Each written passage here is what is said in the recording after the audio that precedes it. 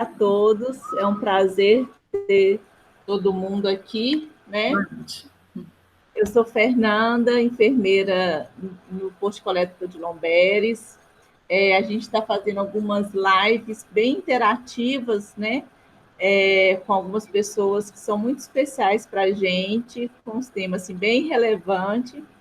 E a ideia é não ser uma aula, né? A gente interagir. Então, assim, gente, podem mandar as perguntas no chat, a Eliane vai responder no final, para a gente poder interagir. Eu vou apresentar a Eliane. Eliane é Aparecida Fonseca Ferreira, ela é fonoaudióloga, coordenadora do Comitê de Aleitamento do Hospital Júlia Kubitschek, membro do Comitê Estadual de Amamentação, avaliadora do Ministério para o Hospital Amigo da Criança, membro do Comitê Estadual de Aleitamento Materno de Minas Gerais e membro da IPFAM, né?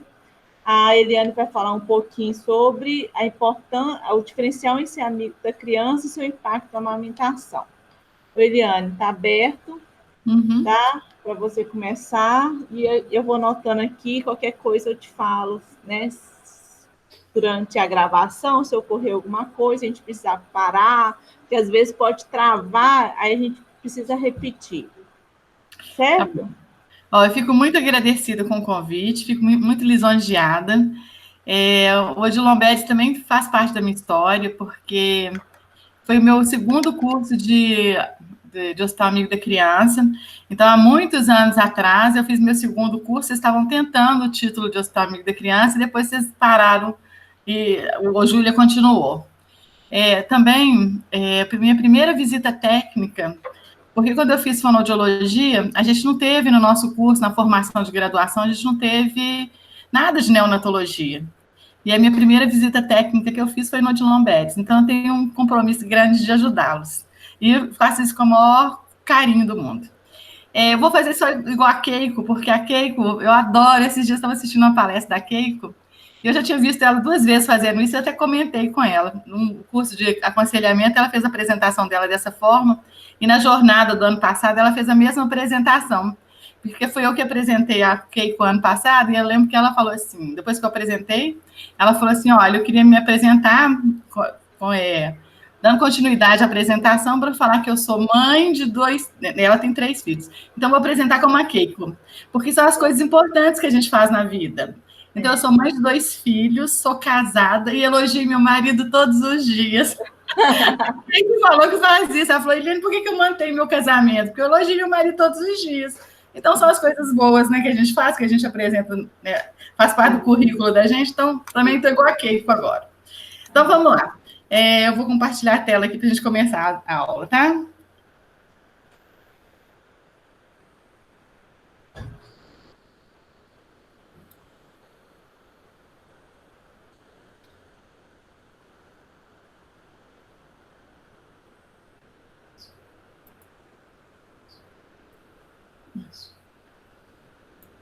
O que não quer, gente?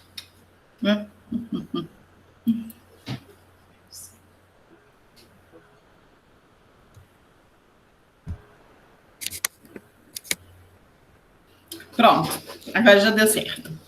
Então, eu fui convidada para falar sobre o Hospital Amigo da Criança e achei ótimo o tema, porque nesses 10 anos que o Hospital Júlia Kubitschek tentou ter o título, eu participei ativamente desse processo. E como avaliadora do Hospital Amigo da Criança, é fácil falar de Hospital Amigo da Criança, né? Eu faço isso constantemente, essa revisão. Eu vou falar um pouco da trajetória do Hospital Júlia Kubitschek. Então, quando nós começamos a fazer as capacitações para poder ter o título de Hospital Amigo da Criança, nós demoramos muito para poder solicitar a pré-avaliação. A gente fazia a autoavaliação e demorou para pedir a pré-avaliação, porque a gente tinha medo de não passar na pré-avaliação. Mas aí a gente foi fazendo, e teve um período que nós desmotivamos por causa disso, mas aí resolvemos pedir a pré-avaliação. Nós não passamos da primeira vez. Aí fiquei muito triste, né, porque a gente tinha feito todo um trabalho, a gente tem esperança de cara passar, porque quando você pede a pré-avaliação, você acha que você já está preparado. Pedimos novamente a pré-avaliação, também não passamos pela segunda vez. E nós fomos passar pela terceira vez na pré-avaliação, E aí passamos na pré-avaliação e solicitamos a avaliação. Não, na verdade, nós passamos na pré-avaliação da segunda vez, mas não passamos na avaliação do Ministério da Saúde, porque a pré-avaliação é feita pela Secretaria Estadual de Saúde. Quando é a avaliação mesmo, vem um membro, um avaliador de dentro do Estado e um avaliador de fora do Estado, do Ministério da Saúde. E aí nós não passamos. Aí depois, quando a terceira vez que nós pedimos, a Keiko que veio nos avaliar até. E aí nós passamos. Então, assim, foi um trabalho grande, quando a gente não passa, a gente fica um pouco desmotivado, mas a gente não pode desistir, a gente tem que perseverar. Porque, na verdade, ser um hospital amigo da criança faz muita diferença para a população que a gente atende. Além de ter o título, porque o título é muito importante, claro, mas o mais importante é mudar as nossas condutas. Então, vamos lá. A Iniciativa Hospital Amigo da Criança foi criada pela Organização Mundial de Saúde e pelo Fundo das Nações Unidas para a Infância. Foi lançada mundialmente em 91 e no Brasil foi em 92. O primeiro hospital a ter o título de Hospital Amigo da Criança aqui no Brasil foi o IMIP, Instituto Materno Infantil de Pernambuco. E o segundo hospital o primeiro hospital a ter o título aqui em Minas Gerais foi o Sofia Feldman, em 95. Atualmente nós temos 301 hospital amigo da criança no Brasil. E nós temos 292 avaliadores. Em 2014 mudou, teve uma alteração para ser o Hospital Amigo da Criança. A partir de 2014, além da gente ter que cumprir os 10 passos, a gente também tem que cumprir a NBCAL, que já estava incluído antes, mas só que reforçaram isso. A gente tem que seguir, né, e cumprir as coisas da NBCAL. E também do cuidado amigo da mulher. E a portaria 930. Então, para ser o Hospital Amigo da Criança, nós temos que agora temos que fazer mais coisas em relação, não era só os 10 passos e a NBCAL. E em 2014 foram feitas 8 oficinas de formação de avaliadores em todo o país. O Ministério da Saúde, anualmente, ele repassa 9 milhões por ano para a Iniciativa Hospital Amigo da Criança. Eu vou falar como é que essa verba é distribuída, tá? Tem 140 países no mundo que aderiram à Iniciativa Hospital Amigo da Criança, e hoje, em todo o mundo, são cerca de 20 mil Hospital Amigo da Criança.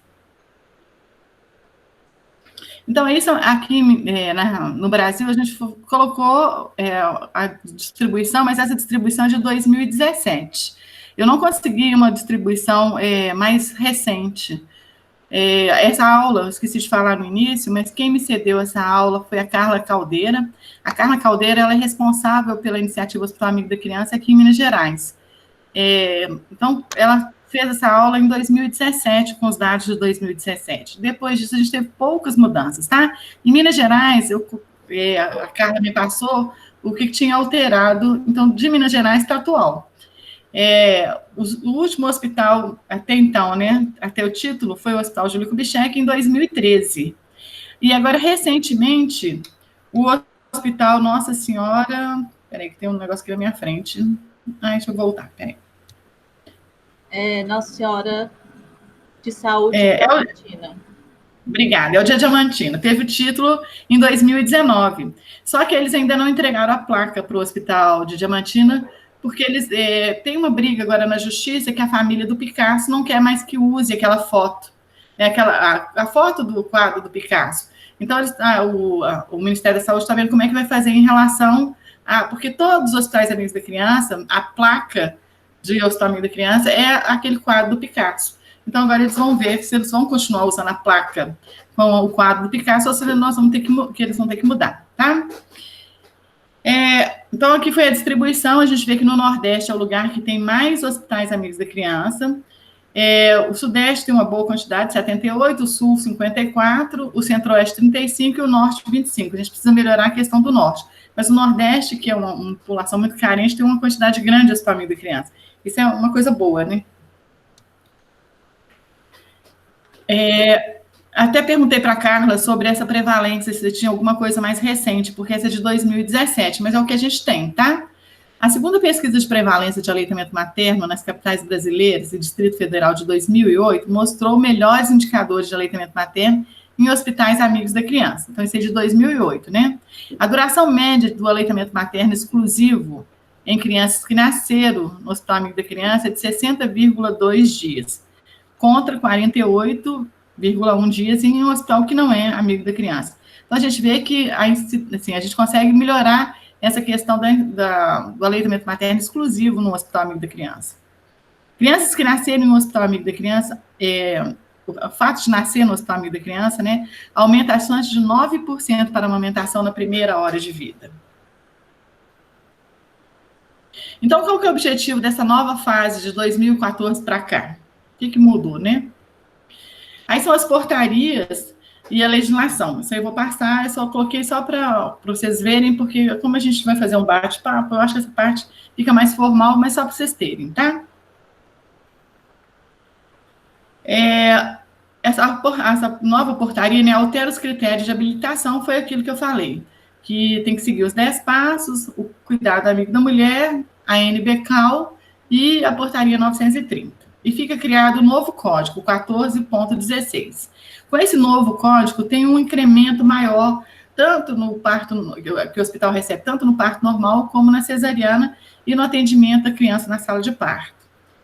E ficam instituídos novos incrementos financeiros. É isso que eu vou passar agora para mostrar para vocês. Já fui falando antes, né? E antes de 2014, por um parto normal, o hospital que era amigo da criança recebia R$ 443,40. Aí teve um aumento de 17% a partir do momento que você faz a avaliação e passa a cumprir esses critérios. Por exemplo, lá no Hospital Júlio Kubitschek, a gente está com uma dificuldade, né, de avaliadores para poder... de ter disponibilidade de avaliar, então a gente não conseguiu ainda avaliar todos os hospitais, mesmo nós estamos em 2020, né? Então, porque de 3 em 3 anos o hospital tem que ser reavaliado para poder manter o título. Então, tem hospitais ainda que não passaram ainda pela avaliação, que muda essa tabela. Por exemplo, o Hospital Júlio Kubitschek, na última avaliação, nós ficamos pendentes alguns passos. Então, como nós ficamos pendentes, a gente ainda não recebe essa nova tabela. E a nova tabela agora, com esse incremento de 17%, um parto normal passa para R$ 518,77. Essa parte é uma parte importante para a gente mostrar para os gestores, que a gente tem um aumento, que entra mais dinheiro para o hospital, né? Eu acho que isso aí motiva qualquer gestor a querer modificar e ser um hospital amigo da criança. O parto cesariana, o aumento foi de 8,5%, então de 545 passou para 592. E também a questão na sala de parto, né? Teve 8,5% de aumento. Então, de 55, que eram os atendimentos feitos na sala de parto, passou para 59,82. Se eu estiver falando muito rápido, vocês me falam, tá, gente? Até agora está ótimo. Bom, os hospitais amigos da criança adotaram ações educativas articuladas com a atenção básica. Então, quando a gente faz a alta responsável, tem que ter essa contra-referência, porque no 10º passo fala que quando a criança recebe alta, né, a família recebe alta, ela tem que ser acolhida em algum lugar, assim, ou numa ONG, ou no posto de saúde, mas tem que ter um lugar que, se essa família precisar de ajuda em relação à amamentação, ela tem onde voltar.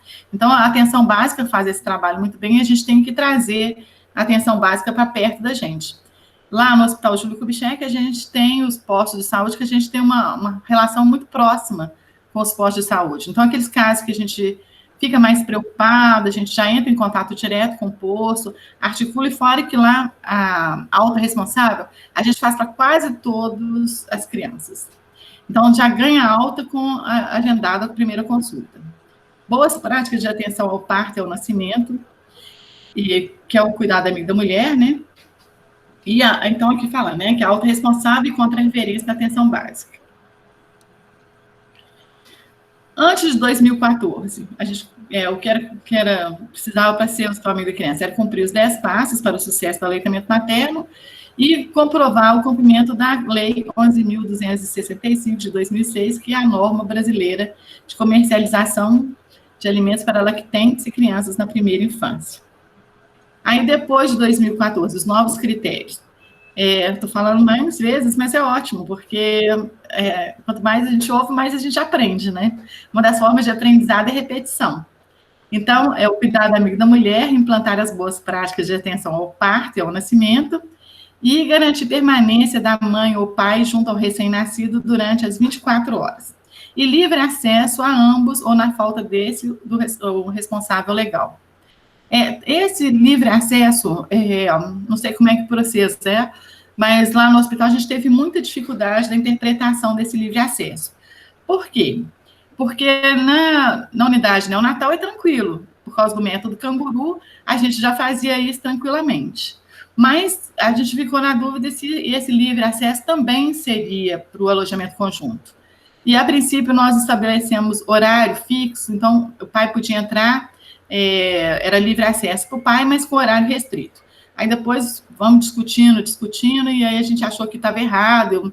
Eu pergunto muito, eu corro atrás para ver o que a gente pode fazer para melhorar essa questão da humanização com as famílias. Eu acho que é o nosso papel, né? Eu estou lá para ajudar as famílias. Eu acho que esse é o meu papel principal.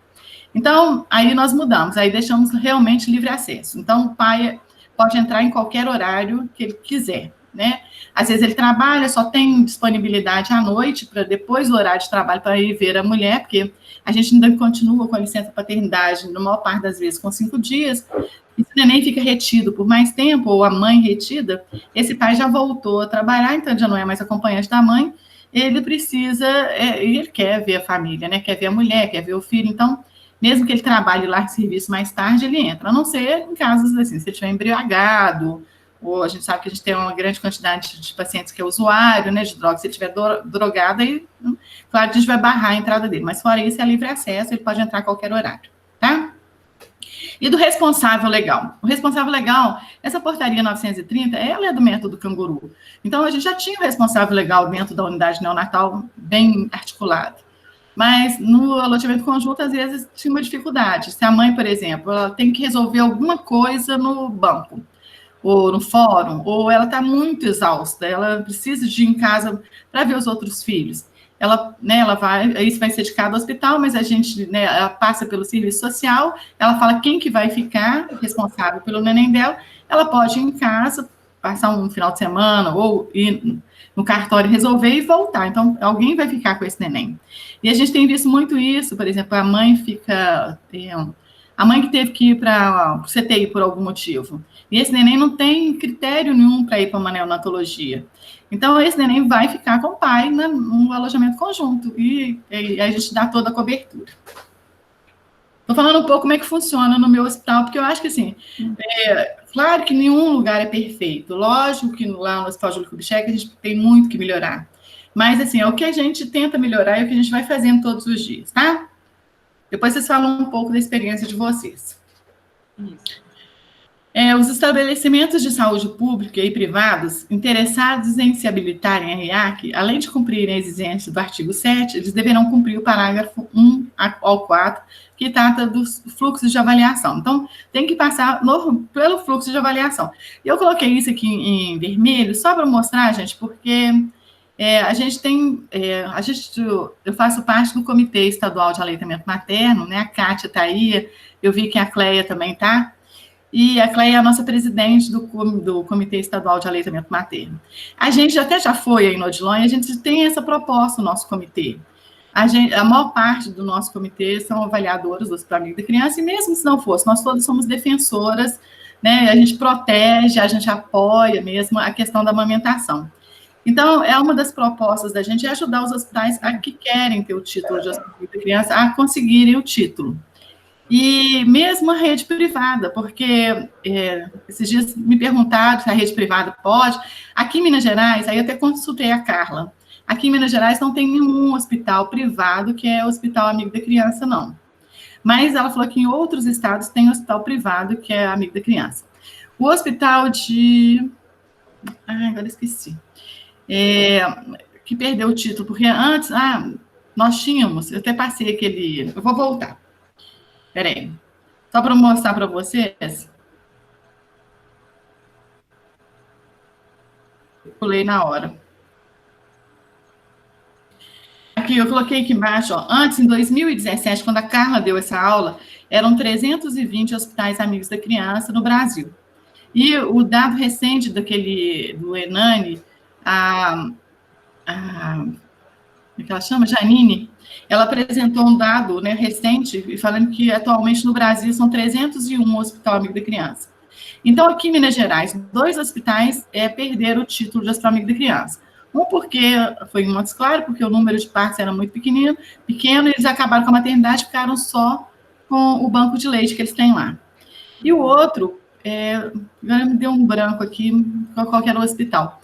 Mas é um hospital que ele tinha tanto a parte de SUS como a parte privada. E eles não quiseram mais ser o hospital amigo da criança, resolveram ficar sem esse, porque na parte do SUS eles recebiam como hospital amigo da criança só pela parte que era do SUS. E eles resolveram que não queriam mais. Então, foram esses 2 hospitais que perderam o título, né, nos últimos tempos aqui em Minas Gerais. Mas se a gente vê, ó, ao todo são 19 hospitais no Brasil que perderam o título. Então, 2 aqui em Minas Gerais e o restante nos outros estados. Uhum.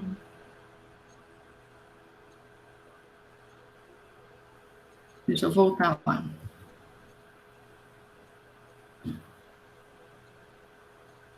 Então, e o Hospital Vila da Serra pediu para a gente ajudá-los, nós fomos, ajudamos na primeira capacitação. Claro que a rede privada, ela precisa muito de ajuda, porque é totalmente diferente, assim, o jeito deles lidarem ainda, né?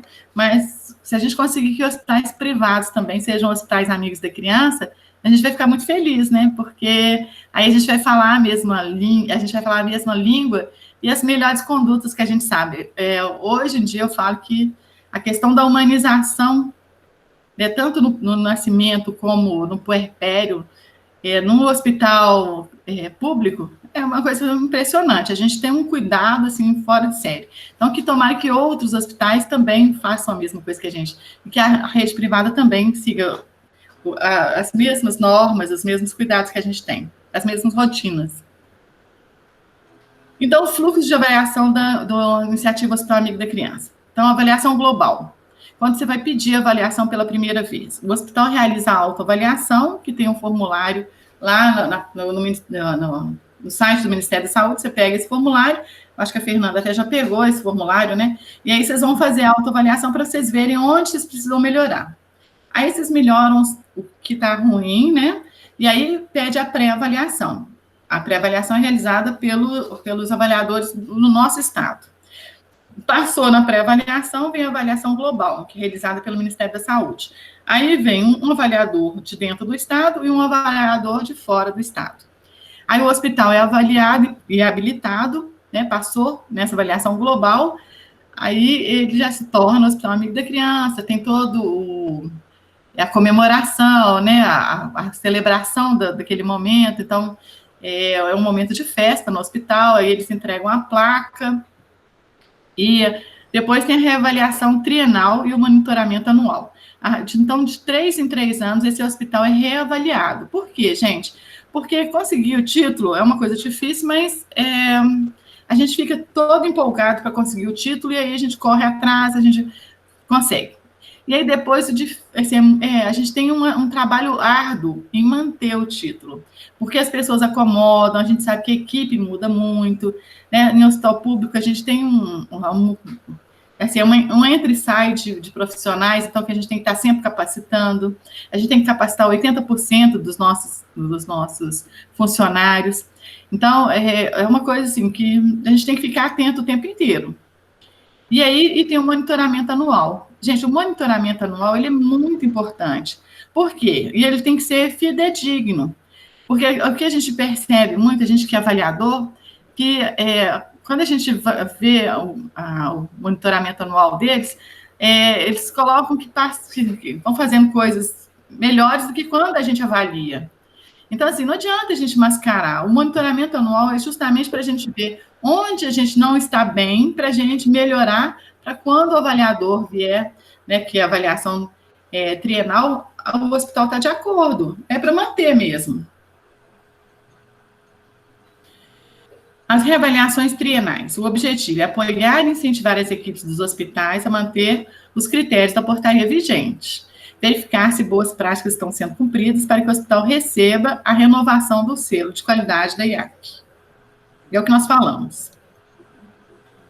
Passo a passo para a reavaliação trienal. Então, compete à Secretaria Estadual de Saúde e o apoio da Secretaria Municipal de Saúde. Então, na avaliação trienal, a avaliação é realizada a cada 3 anos, claro, né, trienal. O hospital que não cumprir os passos todos, né, não passou em algum desses passos, ou no cuidado amigo da mulher, ou não passou na NBK, ou na portaria 930, aí ele vai ter 6 meses para se adequar. A gente que é avaliador, a gente vai, faz uma entrevista com os gestores, faz uma entrevista com as mães, com as gestantes, e faz com os funcionários. Depois disso tudo, a gente lança as respostas que a gente tem no programa do Ministério da Saúde, e aí então sai o resultado.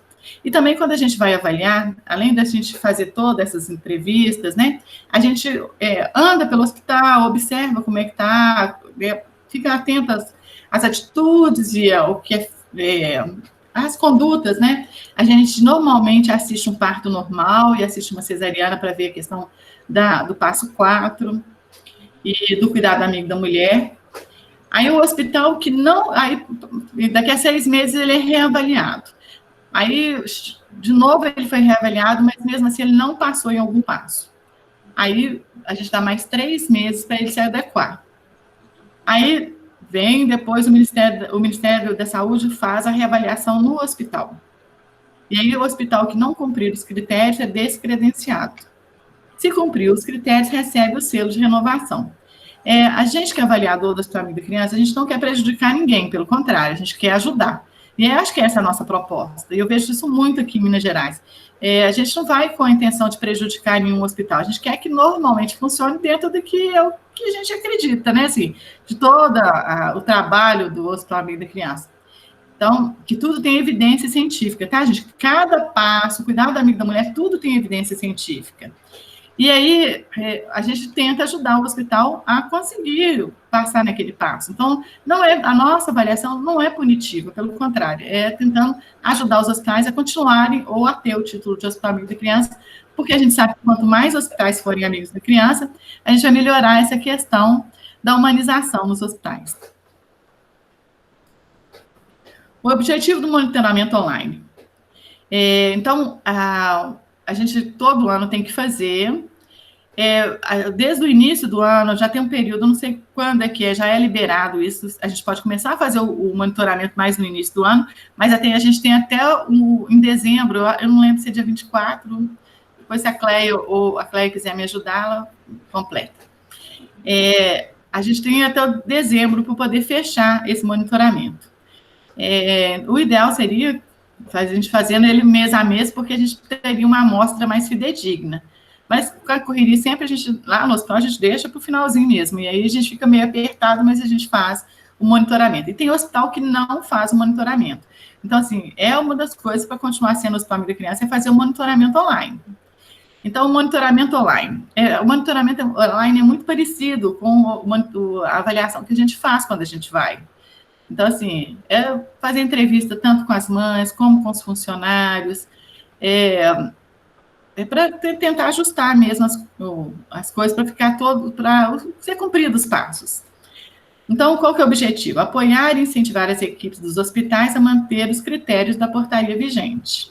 Identificar as potencialidades e fragilidades dos processos de trabalho no âmbito da maternidade, com a proposta de implementar as melhorias necessárias ao cumprimento do critério da IAC. Passo para o monitoramento anual. Autoavaliação realizada anualmente de forma continuada. O hospital terá apoio da Secretaria Estadual de Saúde Municipal. Qualquer dúvida que a gente recorre a eles, tá? Os instrumentos de avaliação serão disponibilizados no sistema. O Ministério da Saúde faz habilitação ao CIS-IAC, que ficará disponível do primeiro, tem que a data, ao último dia do ano. O hospital preenche o questionário de autoavaliação no período que considerar mais adequado ou quando completar um ano após a habilitação da IAC. Então, assim que você passou, foi avaliado, passou, você recebeu o título de Hospital Amigo da Criança, no ano seguinte você já tem que começar a fazer o monitoramento anual, tá? O sistema SIS-IAC é desabilitado no último dia de cada ano e o balanço dos dados informados finalizados no último dia do mês de janeiro do ano subsequente. Então, em janeiro já tem o resultado do monitoramento anual. Os hospitais amigos da criança atualmente habilitados com o código 1404 na tabela de habilitação do SINEC continuarão a receber o mesmo valor pelos procedimentos de assistência ao parto anteriormente previsto na portaria. Não, os hospitais amigos da criança atualmente habilitados com... é porque, por exemplo, o nosso hospital, como ele ainda não passou ainda no todos, desde 2014 mudou e o nosso hospital ainda algumas coisas ficou pendente. Então, como nós não passamos ainda nessa nova avaliação, a gente continua com a tabela anterior. A partir do momento que a gente passar e estiver enquadrado dentro desses novos critérios, aí a gente passa a receber a nova tabela. É isso que está falando esse parágrafo aí, tá? Como se tornar um hospital amigo da criança? Cumprir os 10 passos, né? Os passos que estão em verdes, então, o passo 1, o passo 7 e o passo 9, são os melhores passos aqui no Brasil, tá? Então, quando vocês verem o passo verde, são os melhores passos, eles têm 90% de aprovação. Então, normalmente, os hospitais cumprem muito bem esse passo. O passo 2, que está em vermelho, o 2 e o 4 são os piores passos no Brasil, tá? Então, principalmente, o passo 4. O passo 4... ele é 67% só de cumprimento do passo 4.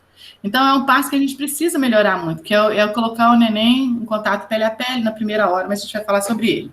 E os passos em amarelo são os passos que, no monitoramento anual, ele está bom, mas que quando o avaliador externo vem, ele não bate com a avaliação do avaliador externo. Então, o passo 1, ter uma política sobre o aleitamento materno escrita e que seja rotineiramente transmitida a toda a equipe de saúde tranquilo. É um passo que normalmente as pessoas cumprem, elas fazem a política, antes era norma, aí hoje em dia passou a política porque são normas gente, conduta, sei lá, agora eu já esqueci. Mas, assim, virou uma política, então não são só normas, não, tá? Normas e rotinas, desculpa. Então, normas e rotinas, por isso que passou a ser política, ao invés de só normas, como era anteriormente. E a gente ainda encontra muito uns banners com as normas, escrito como normas, não mudaram para política. Então, aquele hospital que ainda está com banner mostrando as normas, tem que colocar também as rotinas, tá? O passo 2, que ainda é ruim, é capacitar toda a equipe de cuidado de saúde nas práticas necessárias para implementar essa política. Então, 80% dos funcionários de uma maternidade, eles têm que ser capacitados. A gente sabe que esse passo é muito difícil, principalmente não com a equipe de enfermagem, que a gente normalmente consegue capacitar muito bem, mas a equipe médica é o mais difícil. Até porque eles trabalham em mais lugares, então... a gente tem que ter um jogo de cintura para conseguir capacitar 80% dos funcionários que trabalham na maternidade. Até mandei mensagem para a Carla, esses dias eu tenho mandado toda hora mensagem para ela, para ver se a gente pode fazer essa capacitação à distância, principalmente agora nesse período que a gente está, que não está podendo fazer capacitação presencial. Mas ela não me respondeu, se me respondeu depois eu não vi. Lá no nosso hospital, a gente tem que fazer essa capacitação pelo menos 2 vezes ao ano. É de 6 em 6 meses, por quê? Para a gente conseguir pegar a maior parte dos funcionários que entraram. Porque se a pessoa tiver entrado e ela tiver menos de 6 meses de serviço, na nossa avaliação, a gente não vai entrevistá-la, porque ela ainda não tem a chance de não ter sido capacitada, porque a gente tem que fazer a capacitação de 6 em 6 meses. Mas aí já passou 6 meses, ela tem que ter sido capacitada. Por isso que é feito normalmente 2 vezes ao ano, de 6 em 6 meses, essa capacitação. E com essa questão da pandemia, a gente parou as capacitações, né? Então, a proposta nossa lá do Hospital Júlio Kubitschek é agora em setembro a gente começar a fazer as capacitações, mas nós vamos fazer online. Então, a gente vai gravar as aulas e o que nós pensamos, né? Até depois, se vocês derem alguma sugestão, eu acho que é legal. Mas o que nós pensamos lá? Como é que a gente pode capacitar dessa forma? A gente vai fazer o pré-teste, porque você tem que ter um pré-teste para saber o que a equipe está sabendo, até para você investir mais no que eles estão errando mais, né? Então, a gente vai fazer o pré-teste presencial. Aí, depois, a gente vai mandar as aulas para o e-mail, né? A gente vai gravar as aulas e mandar para o e-mail. Vai ter um tempo para as pessoas lerem essas aulas. E aí, depois, a gente vai fazer o pós-teste presencial também. Porque a gente sabe que, infelizmente, se a gente colocar o pré-teste e o pós-teste também virtual, a gente sabe que algumas pessoas não vão ser tão honestas e vão só responder sem ter assistido às aulas, ou sem, né, assim, ou às vezes a gente sabe que pega as respostas prontas. Então, é para a gente ter, porque na verdade não é só ter a carga horária que interessa. Também a carga horária, mas o mais importante é que as pessoas sejam capacitadas para mudar as condutas. O passo 3, que normalmente é diferente quando os avaliadores vêm. Então, no monitoramento, eles colocam que estão fazendo tudo certo, mas quando o avaliador vem, está diferente. É informar todos as gestantes sobre os benefícios do manejo do aleitamento materno. Então, esse passo a gente tem que fazer as reuniões com as gestantes na sala de espera. A gente não tem que ter um lugar separado para fazer as reuniões. A gente sabe que a opção ou não de amamentar vai acontecer durante a gestação, porque dentro de um hospital, o tempo de permanência do puérpero é muito pequeno para a gente informar, para a gente conscientizar essa mulher da importância de amamentar. Então, essa conscientização, o ideal é que ela seja feita durante a gestação. O passo 4, essa é a nova versão do passo 4, eu já coloquei ela aqui. Porque as outras não mudaram, não, tá? Ou mudaram muito pouco. É colocar os bebês em contato pele a pele com suas mães imediatamente após o parto, por no mínimo 1 hora, e orientar a mãe a identificar se o bebê mostra sinais de que está querendo ser amamentado, oferecendo ajuda se necessário. Então, colocar o neném em contato pele a pele, tanto no parto normal como na cesariana. E imediatamente após o parto, ininterrupto. Então, se tirou para pesar e medir, já cortou esse contato pele a pele, tá? Então, é por isso que ele normalmente, quando a gente entrevista, porque quando a gente pergunta para o funcionário, normalmente eles falam que colocam, mas na hora que a gente vai avaliar e conversa com as mães, elas relatam que não ficou por no mínimo 1 hora, que colocou, mas tirou para pesar e medir, que colocou, mas depois tirou e o menino já voltou de roupa. Então, é por aí que a gente precisa melhorar. E o que acontece no passo 4? Esse neném pode ou não mamar na primeira hora, gente. Normalmente, na primeira hora, é o horário que o neném está mais acordado, mais ávido a aprender. Depois ele entra em sono profundo. Então, por isso que a gente vai tentar aproveitar essa primeira hora. Mas se também o neném não quiser mamar na primeira hora, a gente não vai forçar. A mãe tem que ficar... por isso que colocaram. Orientar a mãe a identificar se o bebê mostra sinais de que ele está querendo mamar. Porque se ele estiver querendo mamar, a gente vai facilitar. Se ele não estiver querendo mamar, a gente vai respeitar, tá? E a gente pergunta para a mãe se alguém ofereceu para ajudá-la também. O passo 5. Então, o passo 4, gente, no Brasil é o pior passo. Então, o passo 4, só 67% cumpre o passo 4. O passo 5, mostrar às mães como amamentar e como manter a lactação, mesmo se vierem a ser separados dos seus filhos. Esse é um passo tranquilo, tá? Normalmente não tem problema. Então, aquele neném que ficou retido, ou aquela mãe que foi para o CTI por algum motivo, a gente vai ajudar essa mãe a fazer, né? Se ela estiver clinicamente bem, a gente vai ensiná-la a fazer a ordenha para poder manter a lactação. E aquele neném que ficou retido na neonatologia, a gente vai também orientar essas mães a fazerem a ordenha para manter a lactação. O passo 6. Não oferecer ao recém-nascido nenhuma bebida ou alimento além do leite materno, a não ser por orientação médica e ou de nutricionista. Então, também é um passo tranquilo que normalmente os hospitais passam, né? Mesmo a gente sabendo que ainda tem uma grande prescrição de fórmulas indiscriminada, né? A gente precisa ainda melhorar muito isso. E é muito importante, gente, nesse passo 6, na hora que vai prescrever uma fórmula, tem que justificar por que está prescrevendo essa fórmula. E é importante não colocar o nome da fórmula.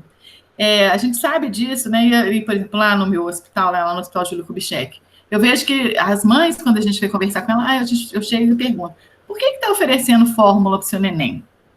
Aí ela fala assim, ou então eu falo assim, por que está oferecendo outro leite para o seu neném que não seja o seu? Aí ela fala assim, tá dando tal fórmula, né? Normalmente é o N. Todo mundo conhece o N. Então, é a fórmula que eu acho que as pessoas mais conhecem. Normalmente nem é o N lá, porque não é outras fórmulas, mas a mãe fala que é o N. E os profissionais também falam que é o N. Né? Então, o que acontece?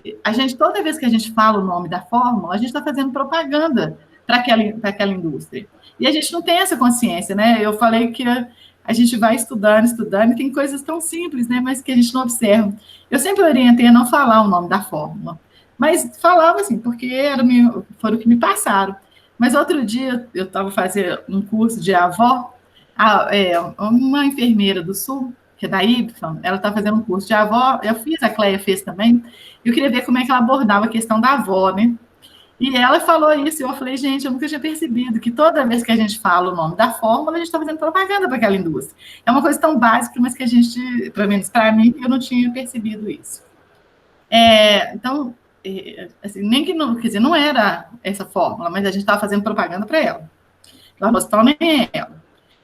Então, o passo 7, que é um passo bom, né?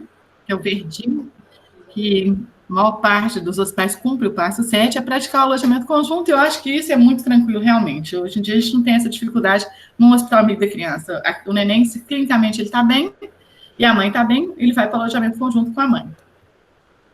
O passo 8, incentivar a amamentação sob livre demanda. A amamentação guiada pelo bebê. Então, ainda é um pouco difícil a questão da livre demanda, mas que normalmente as pessoas conseguem seguir. O passo 9, não oferecer bicos artificiais ou chupetes a recém-nascidos e lactentes. Então, gente, o passo 9, há uns anos atrás, uns 2, 3 anos atrás, quando teve uma mudança nessa questão do hospital amigo da criança, eles queriam tirar o passo 9. Mas em alguns países mudou, colocou assim, aconselhar pais e mães sobre o risco do uso de bico, mamadeira, a recém-nascidos e lactentes. Então, principalmente, porque lá nos Estados Unidos e no Japão já não seguiam o passo 9. Lá tem hospitais amigos da criança, mas que a questão do capitalismo é tão forte que não seguiam o passo 9. E outros países também quiseram aderir a isso, não seguir o passo 9 e ficou como aconselhar. Mas no Brasil não mudou. E a gente vê muito, muito. A gente vai nas apresentações do povo, o povo pega a referência americana, e como nos Estados Unidos o passo 9 mudou, quando eles fazem aqui a tradução, eles conseguem a tradução dos Estados Unidos, mas não mudou. No Brasil continua não oferecer. Nós fizemos um trabalho árduo para não mudar o passo 9 aqui no Brasil, porque a gente sabe que se começar a entrar, né, aconselhar, a gente sabe que vai ter um índice altíssimo de uso de bico e mamadeira. O passo 10, promover a formação de grupos de apoio à amamentação e encaminhar para esses grupos, né? Então, pode ser uma ONG, pode ser um grupo de mães, pode ser um retorno ao hospital, pode ser ao posto de saúde, mas essa mãe tem que sair sabendo que se ela tiver alguma dificuldade, onde ela pode retornar, tá? Cumprir a NBCAL, que é a norma brasileira de comercialização de alimentos para lactentes. Ultimamente está sendo muito falada essa questão da NBCAL por causa desse patrocínio para os residentes de pediatria, né? Hoje a gente falou demais sobre isso e a gente tem feito mais, né? Tem tido um tanto de live sobre isso, mas é super importante que as pessoas conheçam a NBCAL. Então é importante até fazer um banner, colocar o que é a NBCAL, porque quando a gente vai avaliar, a gente pergunta para o funcionário o que é a NBCAL, normalmente os profissionais não sabem da NBCAL. Então, é importante mostrar que tem uma lei que protege o marketing abusivo em relação a tudo que compete com o aleitamento materno. O cuidado amigo da mulher. Gente, cuidado amigo da mulher, em 2014, quando mudou e acrescentou o cuidado amigo da mulher junto com esses outros critérios, eu até falei que aqui em Minas Gerais, né, principalmente em Belo Horizonte, que a gente já seguiu o cuidado amigo da mulher, porque nós tínhamos a comissão perinatal que funcionava super bem. A gente normalmente fazia essa reunião mensal e a Sônia Lansky, né, que é uma mulher fantástica, conduzia super bem essa reunião. Então, ela né, assim, era uma batalha muito grande para que as pessoas cumprisse essa questão da humanização durante o trabalho de parto e parto. Então, mesmo hoje em dia a gente não tem mais essa comissão perinatal, ela acabou que de um tempo para cá a gente não tem mais essas reuniões, mas a semente que a Sônia Lansky plantou lá foi muito bem plantada, porque nós continuamos cultivando da mesma forma. Então, a gente continua com as boas práticas, tá? Então, em 2014, eu ainda falei assim, em Belo Horizonte, cuidar da vida da mulher é muito tranquilo, porque a gente já faz isso lá. Então, quais são esses cuidados? Garantir às mulheres um acompanhante de livre escolha, para oferecer apoio físico e emocional durante o pré-parto, parto e pós-parto, ofertar às mulheres líquidos e alimentos leves durante o trabalho de parto. E com a questão da enfermeira obstetra também, a gente melhorou demais essa questão do cuidado amigo da mulher, né, gente? Como que foi bom essa aquisição que a gente teve de enfermeiras obstetras. Elas fazem um trabalho fantástico mesmo. Incentivar as mulheres a andar e a se movimentar durante o trabalho de parto, se desejarem, adotar posições de sua escolha durante o parto, a não ser que existam restrições médicas e isso seja explicado à mulher, adaptando condições para tal. Garantir à mulher ambiente tranquilo, acolhedor, com privacidade, iluminação suave. Disponibilizar métodos não farmacológicos. Então, também a questão da introdução das doulas. As doulas também é um grande diferencial, principalmente nessa questão dos métodos não farmacológicos. A gente sabe que a presença da doula diminui muito essa questão de cesariana, diminui a dor da mulher. Então, assim, a gente tem cada dia melhorado essa questão do cuidado amigo da mulher. Então, métodos não farmacológicos de alívio da dor, tais como banheira, chuveiro, massageadores, bola de pilates, compressas quentes e frias, técnicas que devem ser conhecidas da parturiente, informações essas orientadas a mulher durante o pré-natal. Então, é legal que ela faça o plano de parto dela, que ela tenha consciência desse trabalho todo. Então, é muito importante, durante a gestação, a gente informar isso para ela.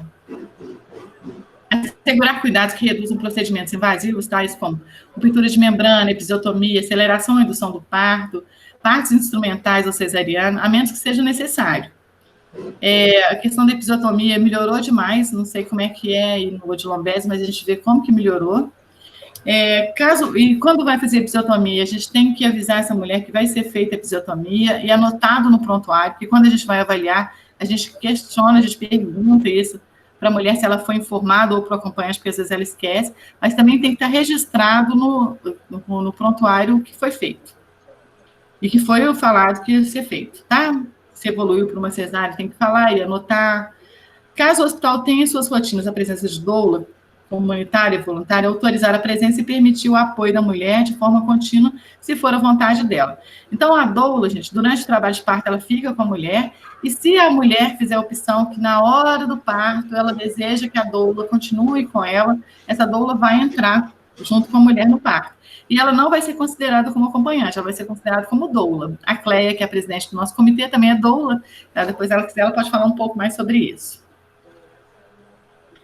Garantir a permanência da mãe ou pai junto ao recém-nascido, nós já falamos sobre esse critério, né? Então, vou passar. Cumprir as avaliações trienais e o monitoramento anual, para manter o título de Hospital Amigo da Criança. E aí, a pergunta, né? Há vantagens de ser um Hospital Amigo da Criança? Então, o que vocês acham? Há vantagens?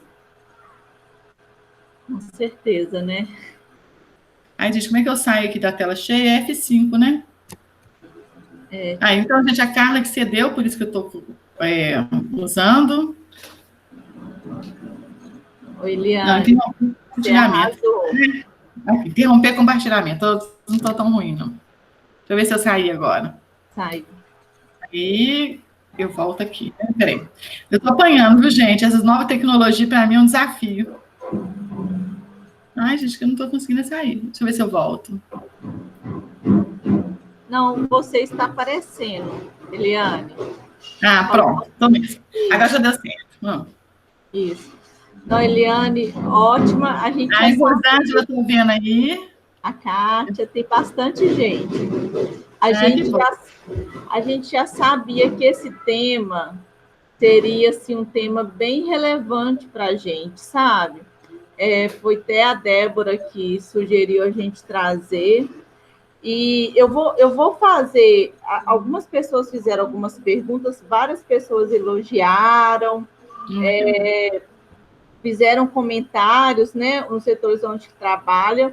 Eu vou fazer as perguntas, mas depois eu queria passar o que a gente tem feito lá no Odilon, sabe, Eliane? Eu acho que é interessante, porque como tem muita gente, né, lá do hospital, isso vai ficar gravado, né, para ter conhecimento. Então, vamos começar aqui pela Kátia.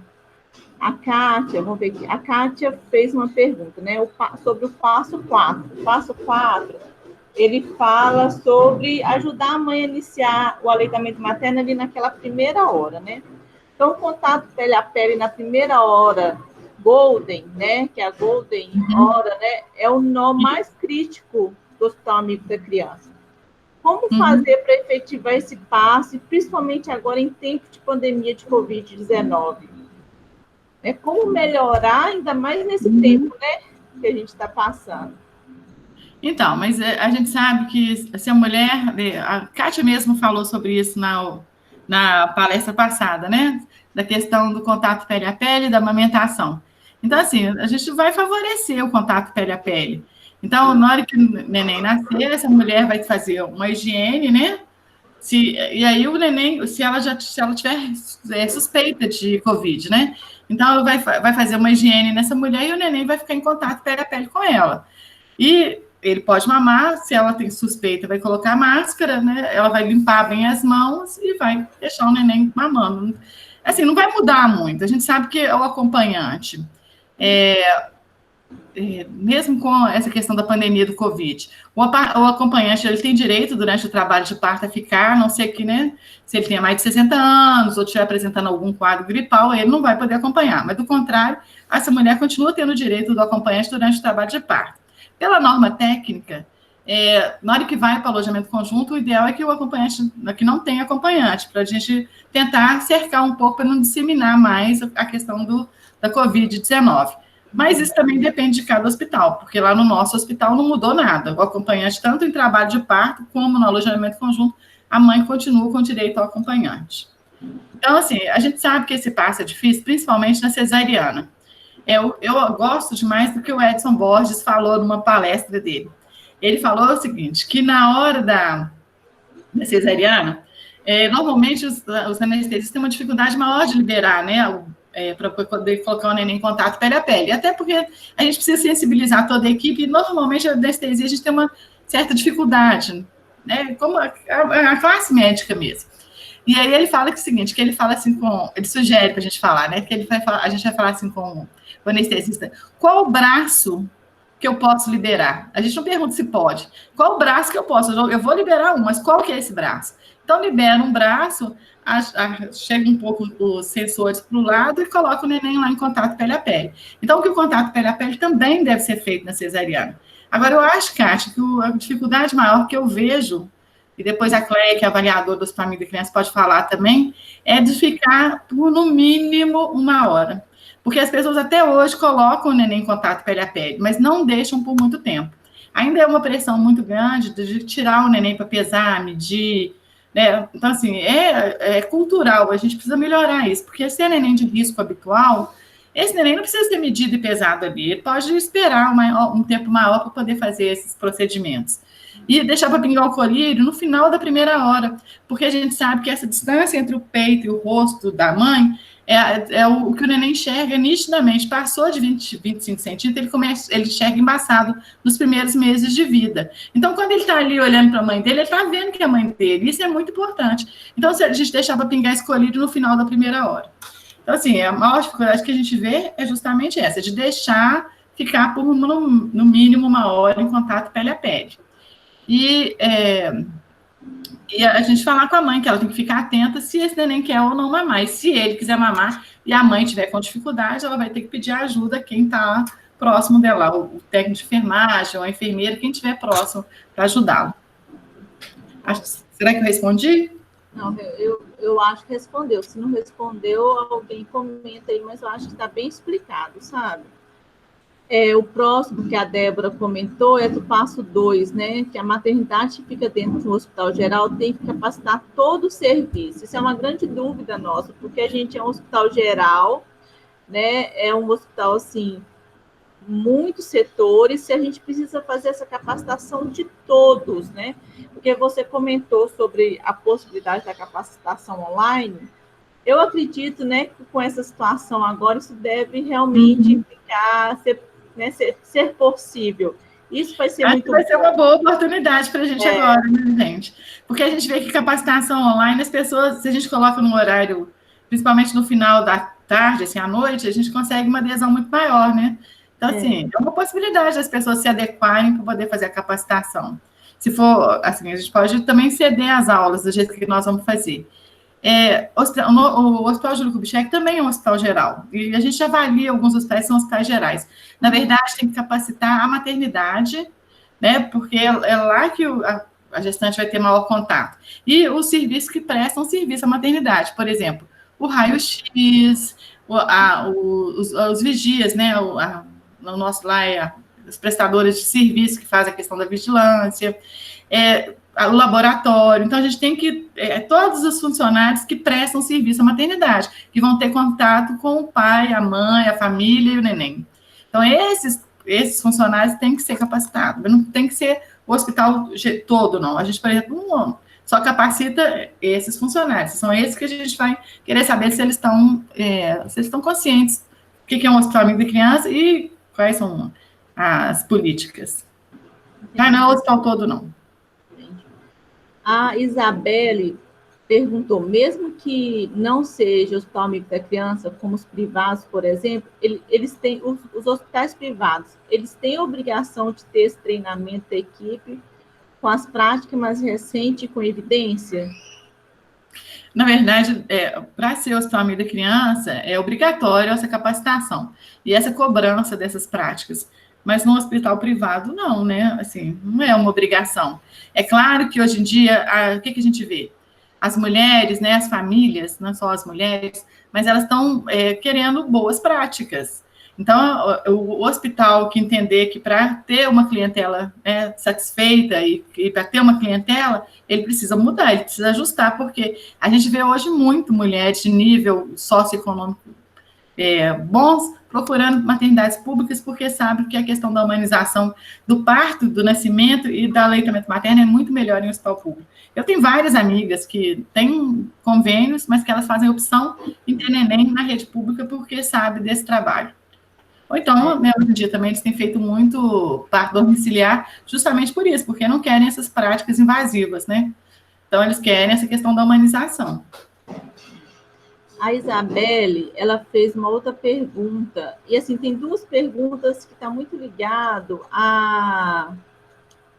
ao manejo da amamentação mesmo, né? Em relação ao uso de ordenhadeira, né? Que ela recebeu uma orientação do Júlio Kubitschek para não orientar o uso de ordenhadeiras paciente. Eu já até sei essa resposta, mas qual o motivo, né?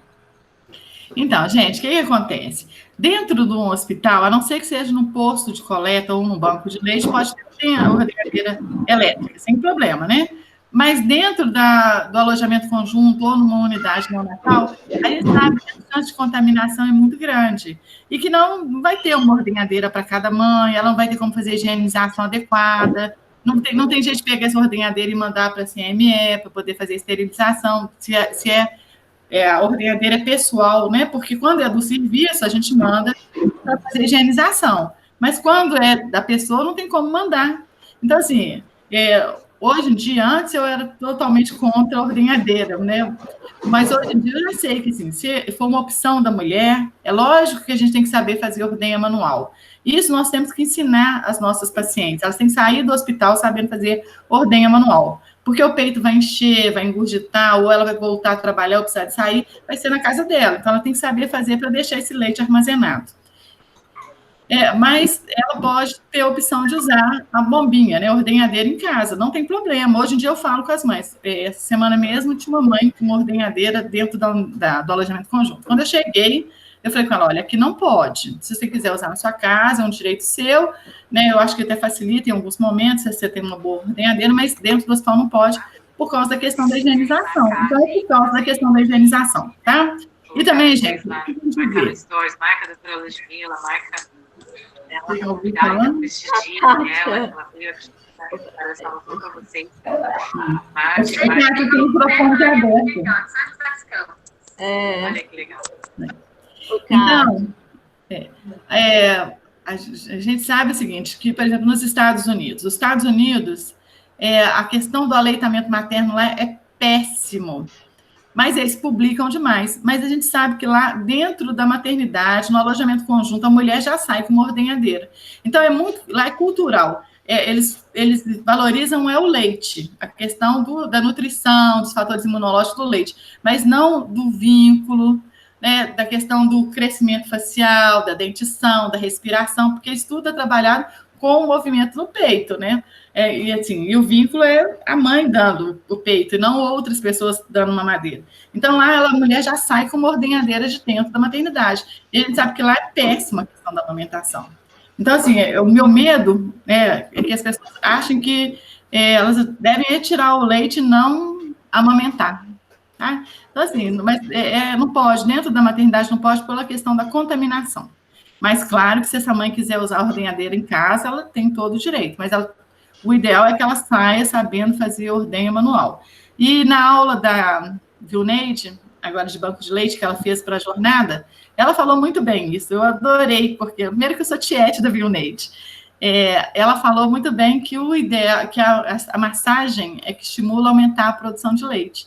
Então, na ordenha manual, a gente vai fazer a massagem para poder tirar o leite. Então, aqui o ideal ela mostra trabalhos mostrando que o aumento da produção de leite é muito maior com a ordenha manual do que com a ordenhadeira elétrica. Isso é evidência, né? Ela mostrou evidências científicas, trabalhos mostrando isso. A massagem é super importante. E a ordenhadeira, ela não faz massagem, né? Ela só retira o que a gente massageou. Isso. Eliane, eu vou juntar duas perguntas em uma, porque aqui no passo 9 fala assim, não oferecer bicos artificiais ou chupeta recém-nascida e lactente. Como que fica, né? A Débora perguntou e a Flávia também, a doutora Flávia perguntou, em relação à indicação do uso de intermediário, nesse caso. Gente, o intermediário é considerado bico. Ele entra na mesma coisa do bico, né? Porque ele funciona como um bico, como um bico de mamadeira, porque, na verdade, o intermediário eu falo o seguinte, que a amamentação menos é sempre mais. É manejo, o bico plano, invertido, é manejo. Se você tiver um bom manejo, você vai ter sucesso. Tá? Então, é fazer compressão para esse leite sair na boca do neném, para ele ter vontade de chupar o peito, para esse neném não ficar tão irritado. Então, no Hospital Amigo da Criança, não é permitido o uso de intermediário. Toda vez que eu avalio, que eu vejo, eu coloco lá como uma não conformidade. Não é permitido. Na neonatologia, o uso de bico e mamadeira. Se realmente for uma indicação, tem que ser evoluído no prontuário do bebê todos os dias. Então, a gente vê também que é muito grande o uso indiscriminado de bico e mamadeira dentro de uma neonatologia. Eu fico uma fera, né? Eu queria só comentar algumas coisas, né? Essa live ia ficar grande, mesmo que toda vez que você vem no Odilon, fica grande, Eliane. E eu falo demais, né? Mas foi ótimo. Assim, a gente conseguiu visualizar bem todo o processo para a gente poder ter até algumas dúvidas, né, que a gente tinha. Lá no hospital, a gente já formou, né, o Comitê de Incentivo e Apoio ao Aleitamento Materno, que a gente teve todo o apoio, né, de vocês, do Comitê Estadual. Vocês estiveram lá algumas vezes para a gente poder começar a discutir esses passos, deram várias dicas. Então, assim, eu sou presidente do comitê, a Débora é vice-presidente. A gente já começou a desenvolver a política de amamentação, E uma dúvida, assim, a gente começou a fazer, que a gente percebeu uma necessidade dentro dessa política, fazer um protocolo de amamentação, até para ter uma mesma linguagem. Como a gente percebe lá no hospital que teve uma capacitação desse manejo já tem um bom tempo, né? A gente está criando esse protocolo, adaptando, né, ao nosso serviço, para a gente realmente, quando a gente passar para a parte 2, para o passo 2, né, que é essa capacitação, a gente ter uma única linguagem, né, falando com todo mundo, né? Então, assim, essa dúvida que a gente tinha, né, eu acho que a Débora pode até comentar aí, a gente tinha uma dúvida muito grande, né? Tá onde começar, né? Se a gente já chamava vocês para fazer essa pré-avaliação, mas era uma pergunta que eu queria fazer, mas eu acho que isso aí já está até respondido, né? Até essa importância da gente fazer essa autoavaliação. Isso. Primeiro, né? A autoavaliação. Mas, assim, eu acho o seguinte, faz a autoavaliação, e se vocês acharem que vocês já estão no caminho, pede a pré-avaliação. Porque, se não faz igual a gente lá do Júlio, a gente fazia capacitação, a gente andava e a gente achava que não estava bom, e aí a gente foi só adiando essa pré-avaliação, e nós ficamos por 10 anos tentando o título de amigo de criança, sabendo que, assim, se a gente não pedir a pré-avaliação também, é uma motivação, você vê. Ó, em tal espaço nós já estamos bons, então talvez só mais uns 2 ou 3, né, só mais um pouco dos critérios para poder conseguir. Então, assim, faz a autoavaliação, a hora que vocês acharem que já estão bem, pede a pré-avaliação. Isso. E a pré-avaliação pode pedir tantas vezes vocês quiserem. Entendi. É isso que eu queria, uma pergunta que eu tenho. Entre essas etapas, a primeira, a autoavaliação, pré-avaliação, avaliação global, tem um tempo que tem que ser cumprido, assim, o máximo que tem que ter entre uma e outra? Ai, Fernanda, eu não sei. Isso aí você me perguntou, eu não sei, não. Da pré-avaliação para avaliação final, para avaliação definitiva, eu acho que tem tempo, só que eu não estou lembrando aqui agora, não. Se a Cléia estiver aqui, ou quem mais é avaliadora? Vaninha também está, mas a Vaninha não é avaliadora. E a Kátia também não. Mas a Cléia é. Se a Cléia souber responder, assim, da autoavaliação para pré-avaliação não tem tempo, né? Mas da pré-avaliação para avaliação definitiva, acho que tem, sim. Acho que são 6 meses, do mesmo jeito que é quando a gente não passa em alguns passos. Eu tenho quase certeza que são 6 meses. Então, aí, quem está falando? É Débora. Oi, Débora. Diana, só para tirar uma dúvida. Para a gente fazer, né, solicitar a visita de vocês para fazer essa pré-avaliação, é necessário que a gente já esteja com o manual já finalizado, não é?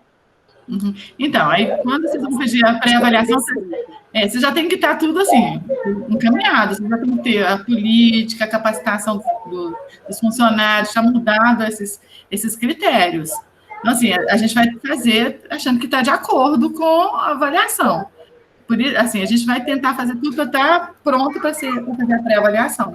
Pode ser que na hora que o avaliador chegar, ele ache que tem alguma coisa que precisa melhorar, mas a gente já tem que estar pronto pensando que a gente está fazendo a autoavaliação para ter o título. E a Cléia respondeu aqui que são 6 meses mesmo, da pré-avaliação para a avaliação definitiva. Entendeu, Débora? Respondeu? Ficou... A Débora congelou ali a imagem. Então, Eliane, eu acho que alguém tem alguma pergunta? Eu acho que assim, respondeu todas as nossas dúvidas, sabe? E agora esperar, né, esse momento passar para a gente pôr para frente. Te agradeço. Pode falar mais alguma coisa? Não, assim, eu só colocar aqui, com certeza, a Kátia, a Vaninha e a Cléia, que é a nossa presidente, vai concordar com a minha fala, mas nós estamos à disposição para ajudá-los, tá? Eu sei disso.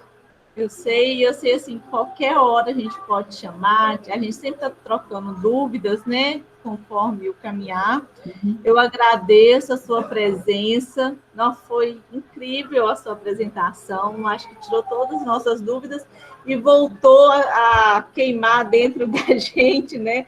A vontade de pôr isso para frente. E, se Deus quiser, passando essa fase, a gente vai fazer isso.